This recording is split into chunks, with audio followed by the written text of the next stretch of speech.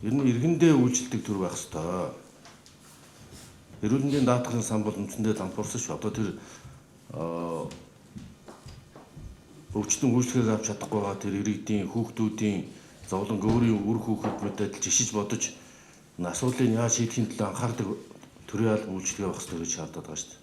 Шан шаргалтыг чинь тэгж явуулдаг гэсэн шүү дээ. Нэг л хамрааж ангицсан бодлоо тон царай гарах асуудлууд нард иргэдийнхаа зовлон зүдгүүрийг миний аав ээж ах эгч дүүс ингэж зовбол өвдвөл үйлчлэг хөртүүл яах вэ гэж бодож жишээ шийддэг тийм сэтгэл зүг төлөвшүүлэх бол энэ төрийн алба засаглалын шинжилгээний тэр орон хувь сонгогдохоос илүү чухал асуудал. Эрүүл мэндийн даатгалын сангийн мөнгө нь олддоггүй, ард иргэдэд хүртээмжгүй. Энэ асуудал засгээд байгаа шүү дээ. Эрүүл мэндийн даатгалын сан чинь ард иргэдэд ерөөсө 48% нь л хүрж ийн гэж.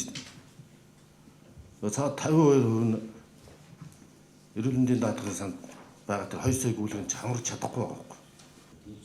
Тэгээд одоо тэр Капитал банкны эрүүл мэндийн даатгалын энэ банкуд алдсан хөрөнгөө төвлөрүүл хавдын ирээ юмлэгээр дүүрэн очир ямар байна.